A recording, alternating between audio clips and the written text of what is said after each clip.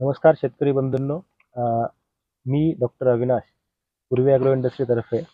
आज आपण आलेलो आहे माळकेली शिवार, गुंज, पुसद तालुक्यामध्ये जे गाव आहे ते अनिल भाऊ मते साहेब यांच्या शेतामध्ये. त्यांच्या शेतामध्ये त्यांनी मिरचीची लागवड केली होती आणि त्यांनी पूर्वी ॲग्रो इंडस्ट्रीचं आमचं जे संजीवनी आहे, बायोस्टिम्युलंट आहे, याचा वापर केला होता. तर आपण त्यांच्याकडून जाणून घेऊयात की त्यांना कशा प्रकारचे रिझल्ट आले. नमस्कार सर. नमस्कार. सर्वप्रथम आपलं नाव, मोबाईल नंबर आणि गाव याविषयी जरा आमच्या शेतकरी बंधूंना सांगा. माझं नाव अनिल मत्ते, राहणार माळकिनी, तालुका महागाव, जिल्हा यवतमाळ. Mobile number 83 29 85 76 55.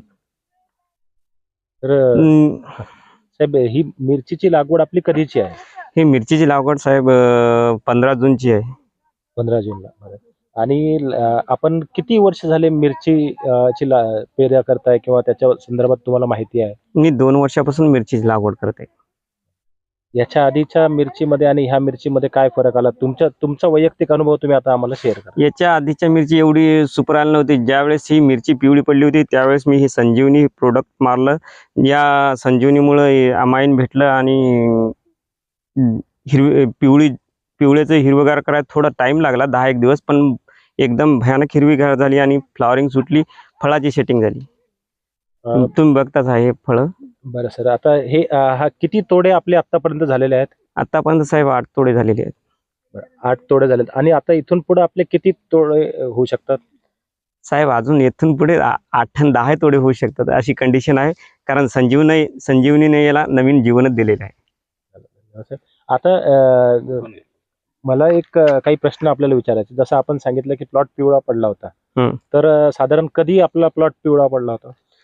जवळपास 1-1.5 महिन्याच्या अगोदर, समजा थंडीच्या पिवळा पडला होता आणि मारलं तेव्हापासून 8-10 दिवस लागले हिरवं व्हायला, पण एकदम भयानक ग्रीनरी आली आणि फ्लॉवरिंग भयानक सुटली, सेटिंग जबरदस्त झाली. जेव्हा प्लॉट पिवळा पडला होता तेव्हा तुमच्या डोक्यामध्ये काय विचार आला होता की हा प्लॉट ठेवायचा की काढायचा? नाही, उपटून टाकायचं ते. म्हणजे आजच्या 4-6 महिने आधी तुमचा असा विचार होता प्लॉट पिवळा पडल्यावर की याला आपण उपटून काढायला पाहिजे.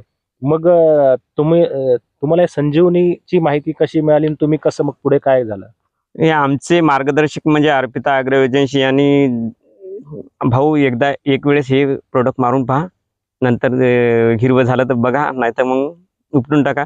पण त्यांनी ती जुल्म मला हे संजीवनी प्रोडक्ट दिला.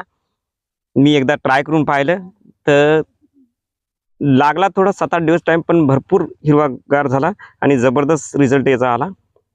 नंतर मग पाहायचं कामच नाही राहिलं.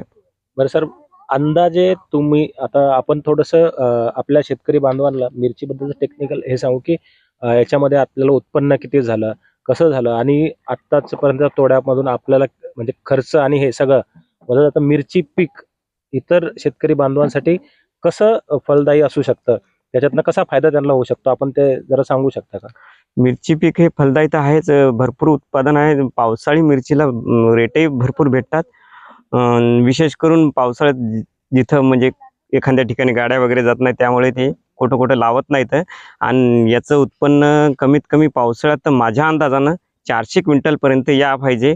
पावसाळ्यापासून मार्च महिन्यापर्यंत, एप्रिल महिन्यापर्यंत मिरची चालू शकतात, चांगलं मेंटेनन्स घेतलं तर.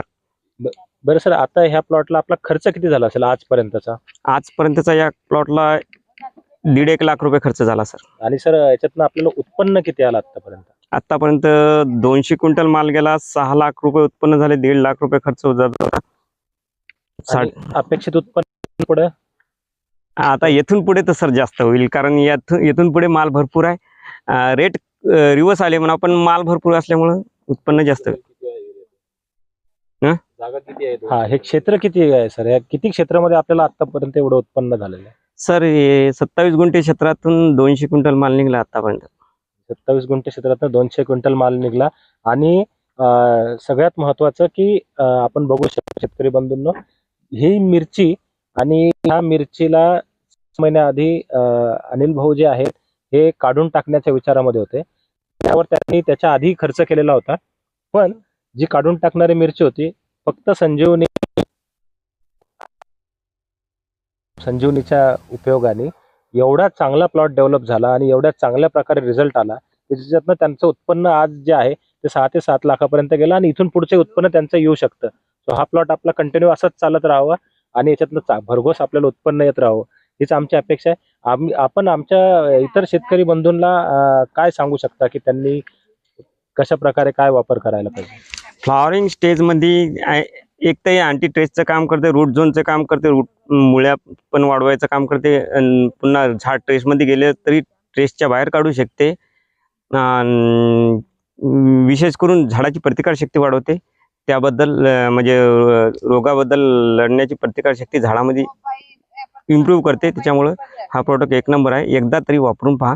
शेतकरी बंधूंनो, जसं की आपण बघितलं या प्लॉट बद्दल अनिल भाऊने त्यांचं मनोगत आपल्या समोर व्यक्त केलं.